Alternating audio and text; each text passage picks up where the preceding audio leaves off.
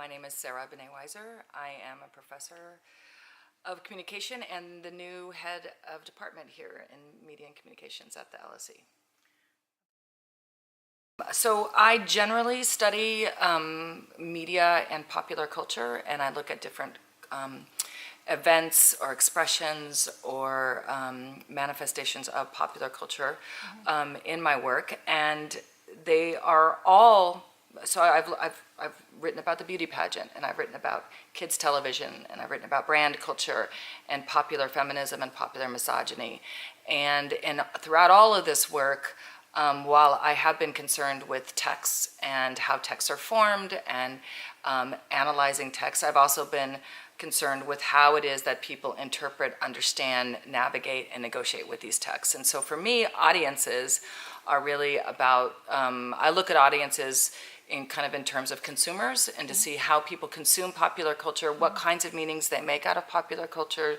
how they interpret popular culture as relevant to their own lives and use it in different ways. And so it's been television audiences, it's been brand managers, it's been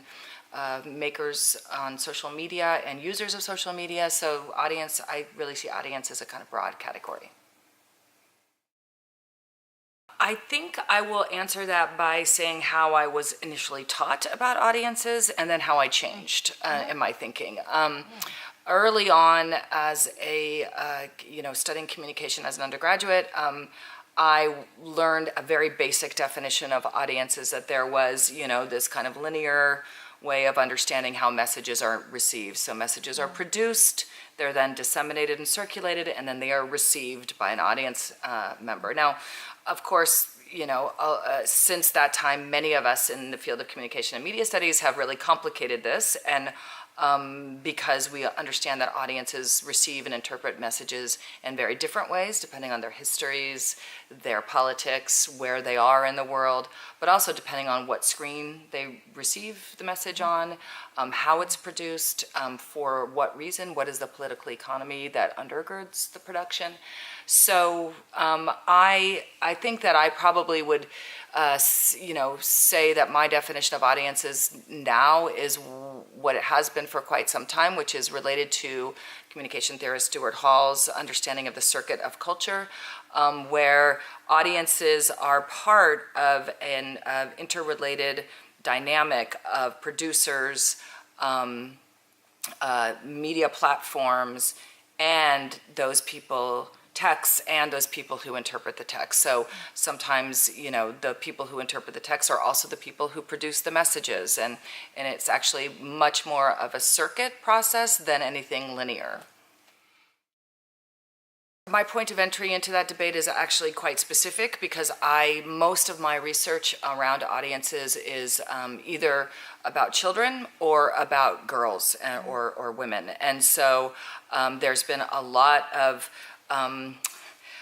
research done on children audiences, as you well know, and also on girl audiences and girl consumers. And there's been loads and loads of research that says that girls don't know how to interpret media in a sophisticated way, that they use it and it's very trivial to them, that children somehow are either too innocent or just not knowledgeable enough to understand the messages they're receiving, and so if they can't understand it, then they may make bad decisions about what to do with those messages.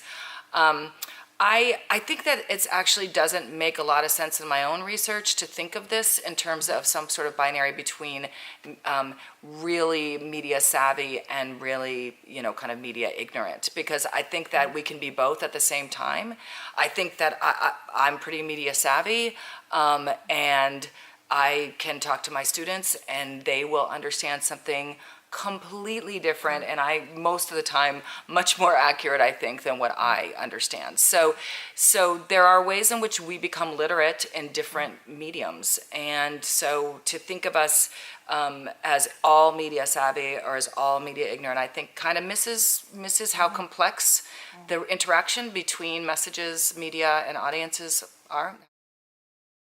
I think my issue is not so much about whether or not we call them audiences versus media users. I think my issue is how it is that we talk about either one of those as a generalized category. And so I think that if we want to use audiences, I mean, audiences in the history of communication scholarship has really meant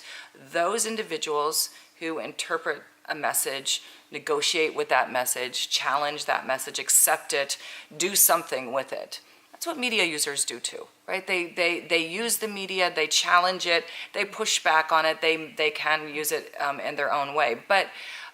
someone who is, let's just say, a media user who looks at Kim Kardashian's Instagram every single day to get fashion tips or to see what she's doing or to see what her kids are doing or just to be a kind of fan of hers, but also use what Kardashian is putting out there in terms of disciplining their own bodies or understanding beauty practices. That's one kind of media user or audience. That's someone different than, let's just say, a Twitter user who is very active on Black Twitter and uses that platform, the Twitter platform, to not only contribute and distribute messages about social justice, say in the United States or in the UK, but also uses that as a general information source for different issues of social justice in the UK. I'm not making a distinction between, I'm not making some kind of sharp distinction between Kim Kardashian is trivial and fluffy and about fashion, and Black Twitter is about social justice and really important issues. But I am saying that they're two, that person can be the same person. And so to generalize about audiences or to generalize about media users, I think it means that we don't actually capture the complexity of what it means to be immersed in a media environment, in the way that we are now. Yeah, that's a small question. I think that what audience researchers should be doing in the future, given how our media landscape continues to kind of become increasingly complicated, increasingly complex, and there are more and more users of it. So I think that taking that landscape and that environment into consideration, I think it's actually probably a moment where we really take a hard look at some of these categories that we've used to understand how it is that we interpret meaning as humans, how we make meaning, and think about new categories. And so, it seems like we can't quite keep up with the pace of media development and media innovation, and so we use a lot of the same tools that we've used for other forms of media, that we still use them, and I think we need to get better at thinking about new tools, so that, for example, moral panics over how children are using media, regardless if that's, social media or, gaming or whatever. It's just, it actually doesn't progress us, I think, in terms of thinking in sophisticated and important and useful ways about the next stages in media. So I think that, I can't really answer your question as to what that new tool might look like, but I do think that we need to take a hard look at the tools that we have been using and realize that even though there are some things that have remained the same in terms of audiences' interaction with media, there's a lot of things that have changed. And we need to keep pace with that change if we're actually going to be able to say something about how it is that human beings and media interact.